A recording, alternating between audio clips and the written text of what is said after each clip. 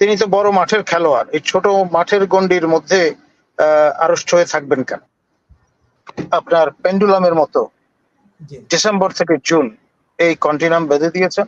এই যে ইনভেস্টর সম্মেলন হয়ে গেল ইন্টারকন্টিনেন্টাল হোটেলে, মিস্টার চৌধুরী আবার সেখানে 2035-এর একটা রূপরেখা হাজির করে দিয়েছেন। কাই 2030 নাগাদ আপনার সেই ধন্বন্তরী ঔষধ আবিষ্কার হয়ে যায়, যার মাধ্যমে মানুষ আর কখনো মারা যাবে না সেই সেবন করলে। তাহলে তিনি তো অনন্তকাল যেই রাস্তা শেখ হাসিনা দেখিয়ে দিয়ে গেছেন, আপনার ডেল্টা প্ল্যান, অর্থাৎ ডেল্টা প্ল্যান বাস্তবায়ন করেও তিনি বাড়ি ফেরার চিন্তা করতে পারেন। আমি ত্রয়োদশ সংসদ নির্বাচন সেটি হয়ে দাঁড়িয়েছে চেজিং দ্য চিমেরা, অর্থাৎ মরিচিকার পেছনে ছুটবার সামিল। আমি আমার শ্রদ্ধা সহ আলোচক মহোদয়ের সঙ্গে দ্বিমত করার কোনো উপাদান খুঁজে পাচ্ছি না। যা কিছু বলেছেন উনি ওনার মনসিয়ানার ভিত্তিতে এবং নিজস্ব ঢঙে তিনি তা উপস্থাপন করেছেন। আমি শুধুমাত্র কিছু উপাদান সংযোজন করতে পারি মাত্র। মূল মুদ্রা বক্তব্য তিনি কিন্তু ইতিমধ্যে হাজির করে ফেলেছেন। আপনার এই শোতে এবং এলসওয়্যার আমি আগেও বলেছি যে আপনার নির্বাচন বাংলাদেশে যেটি ত্রয়োদশ সংসদ নির্বাচন সেটি হয়ে দাঁড়িয়েছে চেজিং দ্য চিমেরা, অর্থাৎ মরিচিকার পেছনে ছুটবার সামিল। মরু অঞ্চলে বিভ্রম যেমন তৈরি হয়, আপনি যত কাছে যাবেন সেটা আরো দূরে চলে যাবে। এখন অবস্থাটা হয়েছে এরকম, এবং সেটা কে কখন কি বলেছেন সেটাও কিন্তু আমি বলেছি। আপনার এখানে প্রথম আমাদের মাননীয় ধর্ম উপদেষ্টা তিনি শর্টটা দিয়েছেন কক্সবাজারে গিয়ে।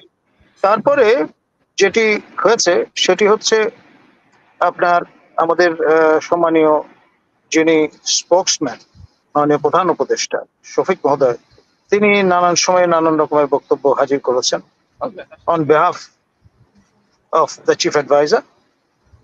তারপরে চিফ অ্যাডভাইজার মহোদয় জাতির উদ্দেশ্যে ভাষণে এই পুরোনো দিনের টেবিল ক্লক যেমনটি থাকে সেই রকম ভাবে আপনার পেন্ডুলামের মতো ডিসেম্বর থেকে জুন এই কন্টিনাম বেঁধে দিয়েছেন।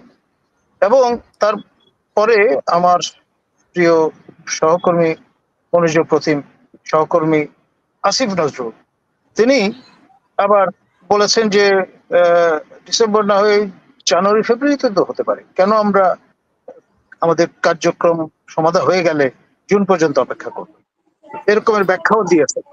তো ফলে আপনার যে বিষয়টা এখানে দাঁড়াচ্ছে সেটা হচ্ছে এই যে আপনার ইতিমধ্যে যে ইনভেস্টর সম্মেলন হয়ে গেল ইন্টারকন্টিনেন্টাল হোটেলে, মিস্টার চৌধুরী আবার সেখানে 2035-এর একটা রূপরেখা হাজির করে দিয়েছেন কায়দা করে। এখন এরপর কেউ যদি এসে বলেন যে সাবেক সরকারের যিনি প্রধান তিনি তো স্বপ্ন দেখিয়েছিলেন 2041-এ ঘোষণা করবেন আনুষ্ঠানিকভাবে সাড়ম্বরে যে আপনার বাংলাদেশ উন্নত দেশে পরিণত হয়েছে, তো আমরা আরেকটু অপেক্ষা করে তো উন্নত দেশ বানিয়ে দিয়ে তারপর যাই, এর আগে আর যাওয়ার কি দরকার পড়ে? সেরকমের একটা ঘোষণাও যদি ভবিষ্যতে চলে আসে তাহলে অবাক হওয়ার কিছু থাকবে না। সবকিছু তো হায়াত মৌতের মালিক আল্লাহ রাব্বুল আলামিন, তিনি যদি আমাদের মাননীয় প্রধান উপদেষ্টাকে তুলে নিয়ে যান তাহলে বিষয়টা একরকম দাঁড়াবে। আর যদি 2030 নাগাদ আপনার সেই ধন্বন্তরী ঔষধ আবিষ্কার হয়ে যায়, যার মাধ্যমে মানুষ আর কখনো মারা যাবে না সেই সেবন করলে, তাহলে তিনি তো অনন্তকাল যেই রাস্তা শেখ হাসিনা দেখিয়ে দিয়ে গেছেন, আপনার ডেল্টা প্ল্যান, অর্থাৎ ডেল্টা প্ল্যান বাস্তবায়ন করেও তিনি বাড়ি ফেরার চিন্তা করতে পারেন। ধন্যবাদ। তাইলে নির্বাচন না হলে পুরো লাভটাই কি ইউনূস সাহেবের, তার সরকারের?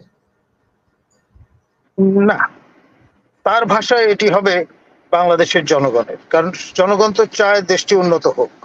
তিনি তো বড় মাঠের খেলোয়াড়, এই ছোট মাঠের গণ্ডির মধ্যে আড়ষ্ট হয়ে থাকবেন কেন? তার মানে ক্ষতিটা তাইলে কার হলো? ক্ষতি হবে প্রতিষ্ঠানের, আপনার প্লুরাল স্পেসের, যাকে আমরা ডেমোক্রেসি বলে জানি। আপনার দক্ষিণ কোরিয়া মডেল তো আছেই। পাক চুন হি তিনি তো দেশটিকে উন্নত বানিয়ে দিয়েছেন, যদিও গণতন্ত্রের সকল উপাদান সেখানে অনুপস্থিত ছিল। ধন্যবাদ।